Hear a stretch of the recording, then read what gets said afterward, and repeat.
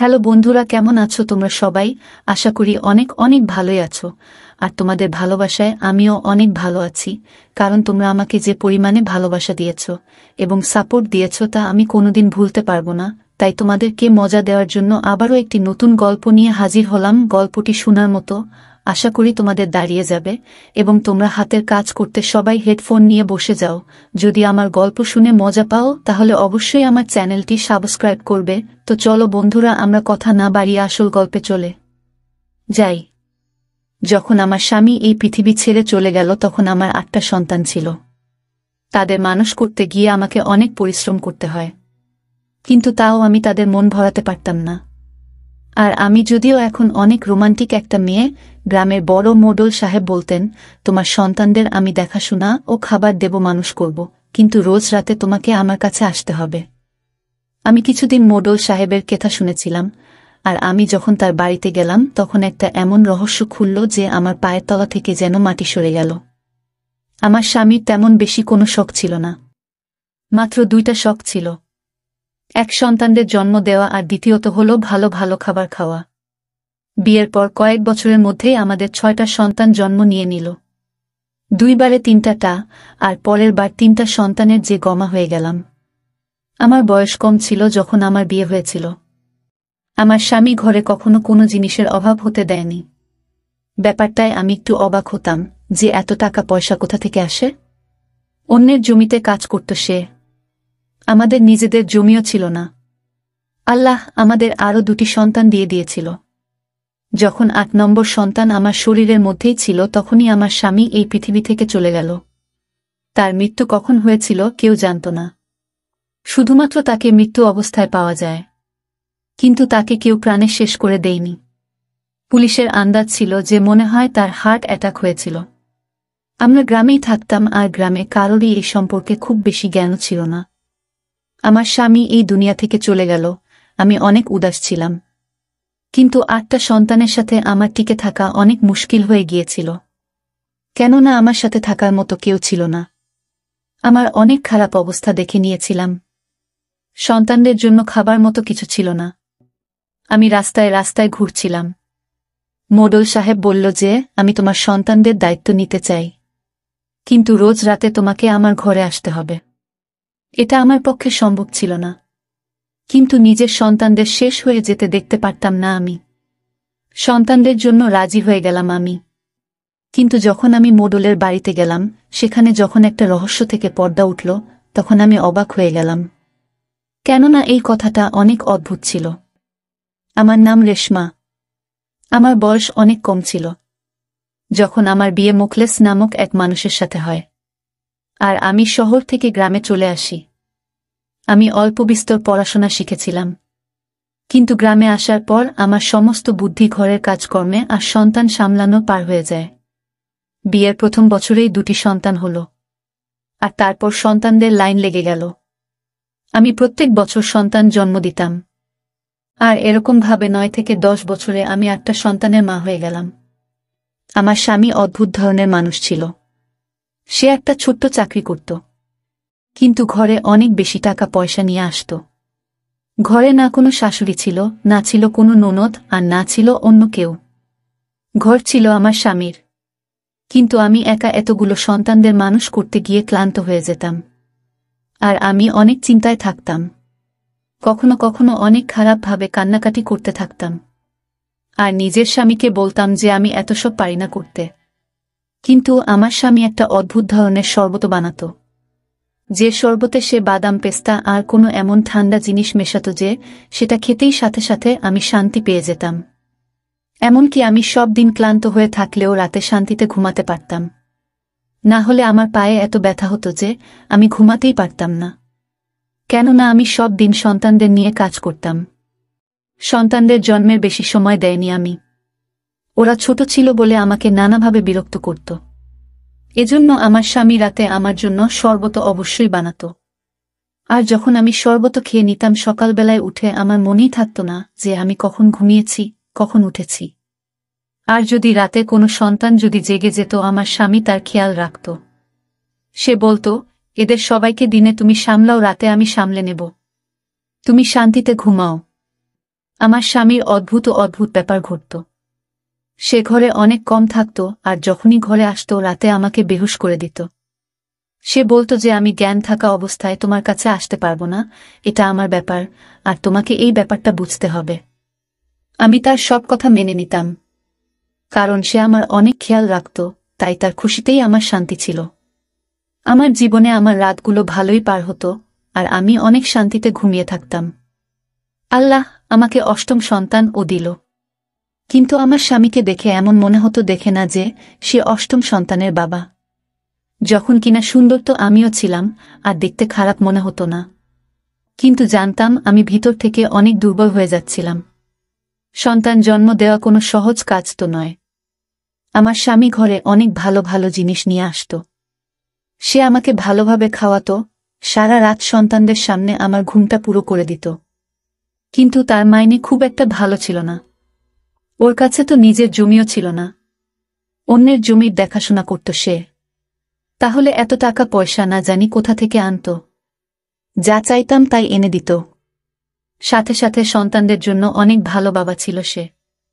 এমন ছিল না যে একটা সন্তানের পোশাক অন্য সন্তানকে পরিয়ে দিতাম। যখনই সন্তান জন্ম নিত তাদের জন্য সবকিছু নতুন বানাতাম।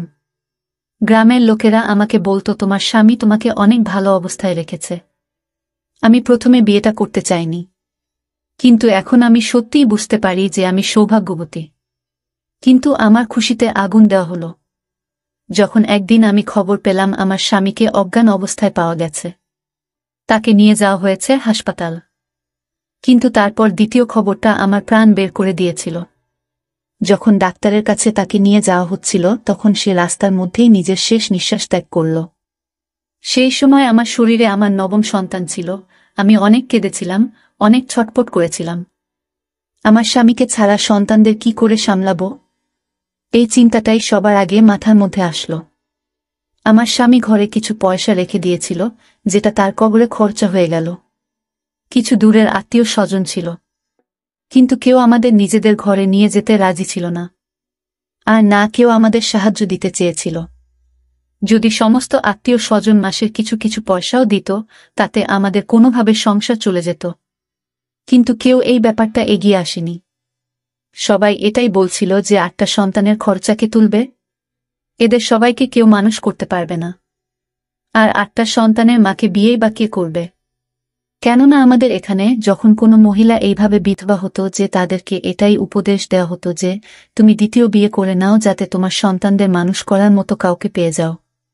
কিন্তু কোনো পাগলই হবে যে একটা এরকম মহিলাকে বিয়ে করতে চাইবে, যার সাথে 8টা সন্তান ছিল, আর তার মধ্যে আবার 4টে মেয়ে ছিল। আমি রেগে গিয়ে সব আত্মীয়দের অনেক কথা শুনিয়ে দিলাম আর বললাম কোনো দরকার নেই আমার কাউকে, মানে আমি নিজের সন্তানদের নিজেই মানুষ করব। তোমরা যেতে পারো। তোমাদের সম্পর্কের মানুষটা তো এই দুনিয়া থেকে চলে গেছে। তার মৃত্যু উপলক্ষে রান্না করা খাবারও শেষ হয়ে গিয়েছিল। এখন কেন এখানে বসে আছে সবাই? সব লোকেরা আমাকে অনেক কথা শোনালো আর বলল, আমরা তো তোমার লাভ নিয়ে ভাবছিলাম, কিন্তু তুমি ভালোর যোগ্যই না। আমি বললাম, বেরিয়ে যাও ঘর থেকে, কারোর দরকার নেই। বাড়িতে কিছু পয়সা পড়েছিল, প্রথমেই তা ব্যবহার হয়ে গেল। এরপর বাড়ির কিছু জিনিসপত্র বিক্রি করতে থাকলাম। আর এখন তো শুধুমাত্র একটা গরু থেকে গিয়েছিল, যার মাংস আমার সন্তানেরা খেত। কিন্তু গরুকে খাওয়ানোর মতো কিছুই ছিল না, যার জন্য মাংসও পাচ্ছিলাম না। সেটাও তাই বিক্রি করে দিলাম, আর তারপর 2 মাস ওই পয়সা দিয়ে কোনো রকম চালালাম। কিন্তু এরপরে আবার টাকা পয়সার অভাব হতে থাকল। আমার সন্তানেরা ক্ষুধার জ্বালায় চেঁচাতে থাকল। তাদের মন ভোলানোর জন্য তাদেরকে ক্ষেতের দিকে নিয়ে গেলাম, কিন্তু গ্রামে আর কিছুই ছিল না। জমির কাছে একটা গাছ দাঁড়িয়েছিল যাতে ছোট ছোট তুত ফল ছিল। আমার সন্তানেরা সেগুলো খেয়ে নিজের ক্ষুধা মিটাতে থাকল। যখন আমাদেরকে একজন লোক দেখে নিল, আমি ওই একজন লোক দেখে লোকটাকে জানতাম। সে আমাদের গ্রামের মোডল সাহেব। মোডল সাহেব যখন এই দৃশ্য দেখল তখন আমাদের কাছে আসলো। আমার সন্তানদের অবস্থা দেখে অনেক চিন্তায় পড়ে গেল। বলতে থাকল, তুমি মোখলেসের বউ তো, যে কিছুদিন আগে এই পৃথিবী ছেড়ে চলে গেল? আমি বললাম, হ্যাঁ, আমি তার স্ত্রী, আর এই সমস্ত সন্তানেরা মোখলেসের। সে বলতে থাকল, কিভাবে দিন চালাচ্ছ? তখন আমি তাকে সব কথা বললাম যে সবকিছু শেষ হয়ে গেল, বাড়িতে শেষে একটা গরু ছিল, তাকেও বিক্রি করে দিলাম। সন্তানদের ক্ষুধার যন্ত্রণায় ছটফট করতে থাকে, এই জন্য তাদেরকে এখানে নিয়ে আসলাম। সে সন্তানদের গাড়িতে বসিয়ে নিল, আমাকেও বলল গাড়িতে বসতে, আর বলল তোমাদের বাড়িতে পৌঁছে দিয়ে আসি। বাড়িতে যখন আমাদের ছাড়তে আসলো তখন আমার হাতে সে কিছু পয়সা দিল। আমি অনেক খুশি হলাম যে মোডল সাহেব আমার অবস্থা বুঝতে পেরেছে। আমি বললাম যে চা খেয়ে যান। সন্তানেরা বাইরে খেলছিল আর আমি চা বানাতে থাকলাম। মোডল সাহেবের জন্য চা বানিয়ে আনলাম, সে কাপের সাথে আমার হাত ধরে নিল। আমি নিজের হাত সরিয়ে নিলাম। বললাম, মোডল সাহেব, এটা আপনি কি করছেন? সে বলতে থাকলো, তুমি ভেবেছ যে তুমি কি করছ? আর কি করবে? এতগুলো সন্তানদের ক্ষুধা কিভাবে মিটাবে? যা পয়সা আমি দিয়েছি ওটা কয়েকদিন পরে শেষ হয়ে যাবে, আর তারপরে তুমি কি করবে? আমি বললাম, আল্লাহ সব দেখছে। যেভাবে আপনাকে উনি পাঠিয়ে দিয়েছেন আমার কাছে, এরকমভাবেই অন্য কাউকে আমার কাছে ঠিক পাঠিয়ে দেবেন। এই দুনিয়ায় কেউ না খেয়ে থাকে না, কিছু না কিছু করে নেব আমি। হতে পারে এই বাড়িটাই বিক্রি করে দেব আমি। তখন মোডল সাহেব বলল, ঘর বিক্রি করার মতো বোকামি একদম করো না, না হলে রাস্তায় চলে আসবে। আমার কাছে তোমার জন্য কাজ আছে। আমি মনের মধ্যে ভাবতে থাকলাম যে মোডল সাহেবের তো অনেক বড় বাড়ি আছে, মনে হয় ওই বাড়িতে আমাকে কোনো কাজ দেবে, তাহলে আমি আমার সন্তানদের ক্ষুধা মিটিয়ে নিতে পারব। আমার বড় মেয়েটা এতটা বড় তো হয়েই গেছে যে যদি আমি ঘরেতে নাও থাকি ও নিজের বাকি ভাইদেরকে সামলে নেবে। এমনিতেও তার সময়ের আগেই বড় হওয়ার দরকারও ছিল, কেননা তাদের বাবা ছিল না। আমি সাথে সাথে মোডল সাহেবকে বললাম যে তুমি আমাকে যা কাজ বলবে আমি সেটাই করব। সে বলল যে রাতের বেলা আমার বাড়িতে চলে এসো। আমি জিজ্ঞাসা করলাম, রাতের বেলা কোনো সময়? এটা ভেবে আমি একটু চিন্তায় পড়ে গেলাম যে রাত্রিরে আমাকে কেন ডাকছে। তখন উনি বললেন, রাত্রির বেলা 10টার পরে চলে এসো, আর বাড়ির সামনের দরজা দিয়ে আসবে না, পিছনের দরজা দিয়ে এসো। এবার আমি এতটাও তো বোকা ছিলাম না যে সেই সব কথা বুঝতে পারব না। আমি বুঝতে পেরে গিয়েছিলাম যে বাড়িতে মোডল সাহেব আমাকে পিছনের দরজা দিয়ে এত রাত্রিরে কেন ডেকেছিল। সে চলে গেল আর আমি সেই সব চিন্তাতেই পড়ে রইলাম। যে পয়সা মোডল সাহেব দিয়েছিল সেটা মুদিখানার দোকানে আগেকার হিসাবের জন্য কেটে নেওয়া হলো, আর শুধুমাত্র এটুকুই খাবার দিল যতটুকু আমরা একবার মাত্র খেতে পারব। তাছাড়া সে অন্য কিছু দিতে রাজি ছিল না। সে বলল, আমাদের পয়সা 3-4 মাস পরে তুমি দিয়েছ, এবার আমি দ্বিতীয়বার তোমায় ধার একদমই দেব না, না হলে না জানি আবার পরে কখন তুমি শোধ করতে পারবে। 10টা বাজতে আর একটুখানি বাকি ছিল। আমার স্বামীর ছবিটা আমার মনের সাথে ধরে বসে বসে কাঁদছিলাম আমি। কি করব আর কি বা করব না কিছুই বুঝতে পারছিলাম না।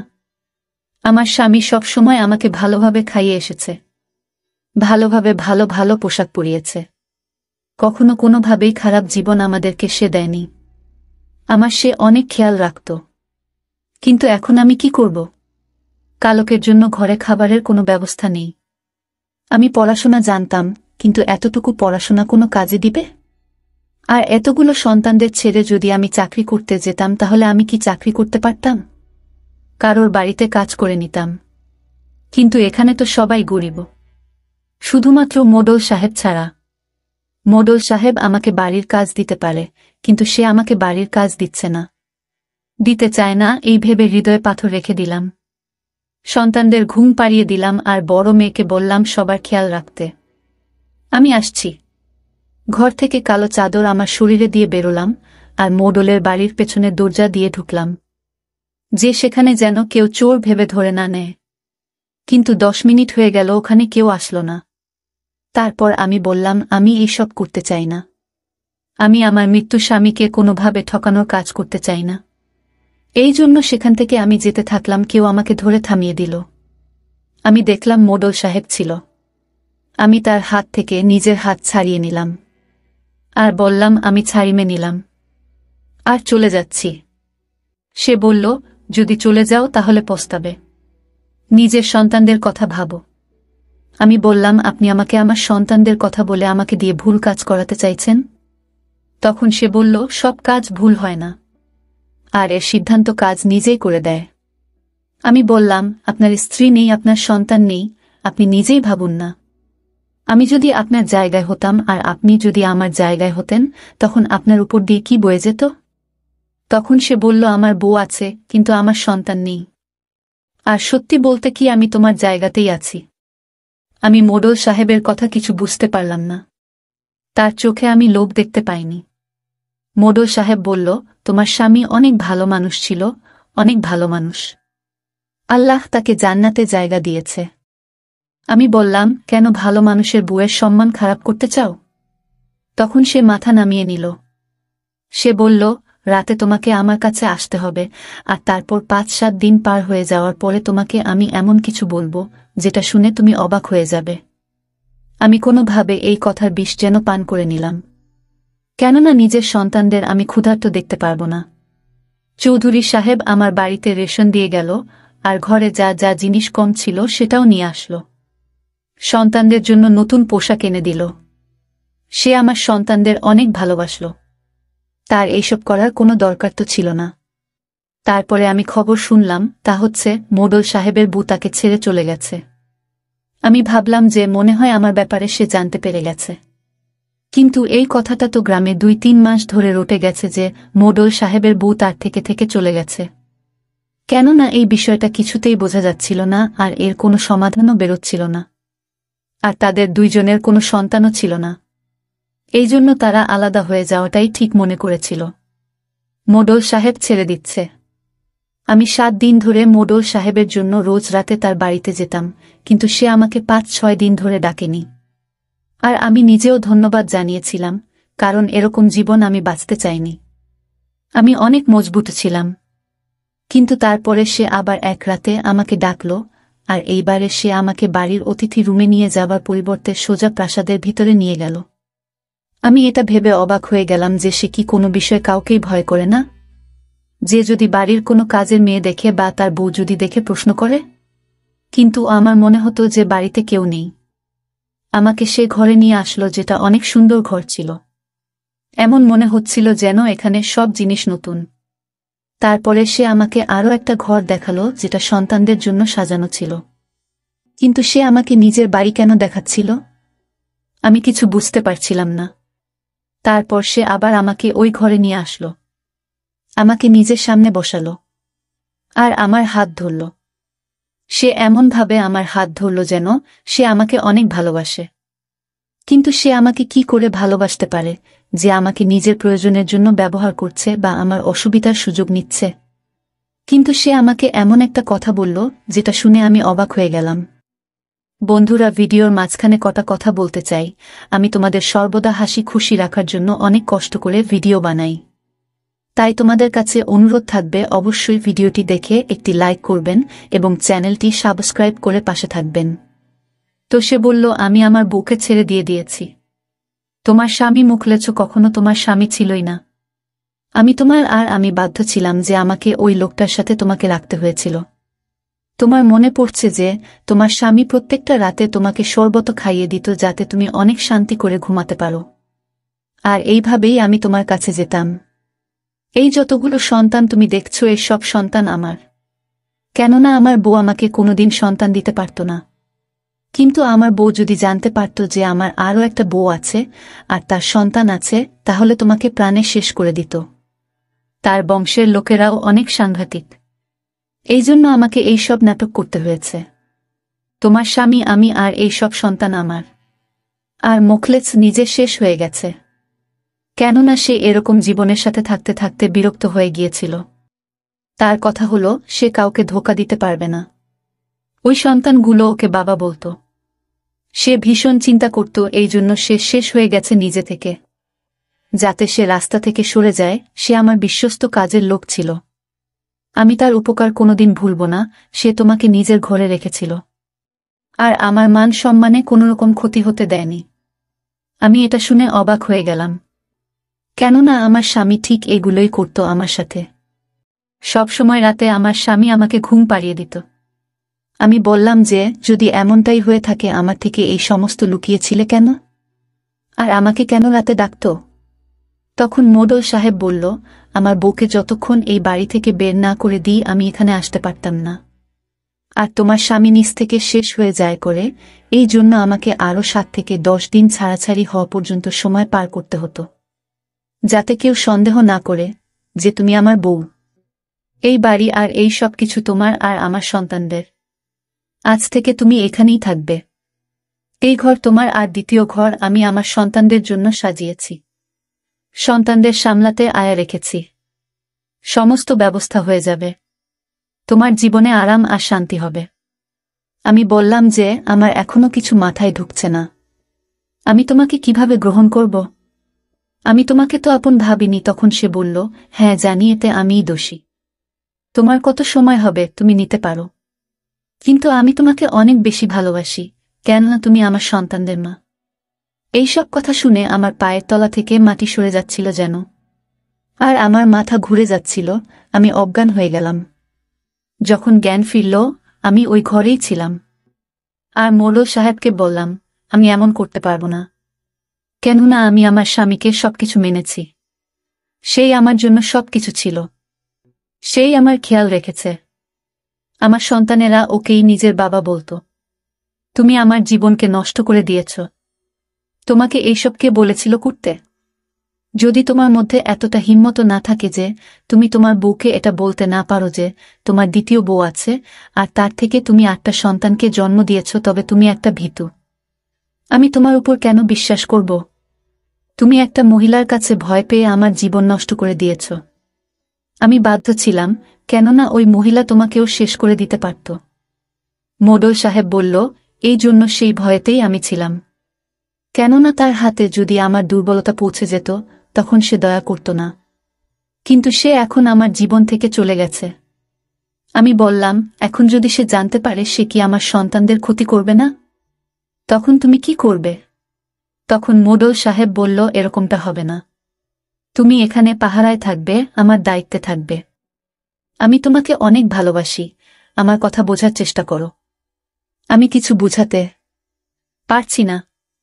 হতে পারে দুনিয়ার লোকেদের কাছে আমার এই কাহিনী অনেক অদ্ভুত মনে হবে, কিন্তু আসলে সত্যিটা এমনই ছিল। আর বাস্তবে এর থেকেও খারাপ ঘটনা মানুষের সাথে ঘটে থাকে। আমার সাথে যা হয়েছে সেটা তো তাও এমন একটা কথা যার কোনো না কোনো জবাব বেরিয়ে আসবে। আমার মনে আছে, আমার স্বামী কখনো জ্ঞান থাকা অবস্থায় আমার কাছে আসেনি, কিন্তু আমি তো তাকেই নিজের স্বামী ভাবতাম। সে মোড়ল সাহেবের বিশ্বস্ত কাজের লোক ছিল, যে মোড়ল সাহেবের সাথে বিশ্বস্ততা করেছিল। আর তারপর সেই সবের মধ্যেই দ্বন্দ্বের মধ্যে পড়ে সে নিজ থেকে শেষ হয়ে গেছে। কিন্তু সেই আমার স্বামী ছিল, আর আমার সন্তানদের জন্য বাবা। আমার সন্তানদের এই কথাটা বোঝাতে আমার অনেক সময় দরকার হয়েছে, আর আমি মোড়ল সাহেবকেও কখনো হৃদয় থেকে গ্রহণ করতে পারিনি। কিন্তু যত সময় যেতে থাকে, সময় সমস্ত ঘায়ে মলম দিতে থাকে। কিন্তু এখনো মোড়ল সাহেবের জন্য আমার হৃদয়ে কোনো ভালোবাসা ছিল না।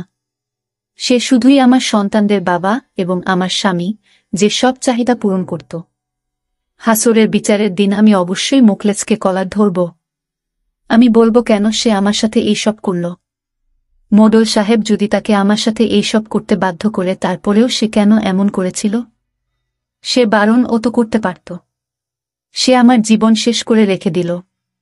আমি দুটি পুরুষের মাঝে থাকা একটা অদ্ভুত ধরনের মহিলা। তাহলে বন্ধুরা, মোড়ল সাহেব কি আমার সাথে সঠিক কাজ করেছে, নাকি তার নিজের বউয়ের থেকে ভয় পেয়ে থাকা উচিত ছিল না? আপনারা কমেন্টের মাধ্যমে নিশ্চয়ই বলবেন।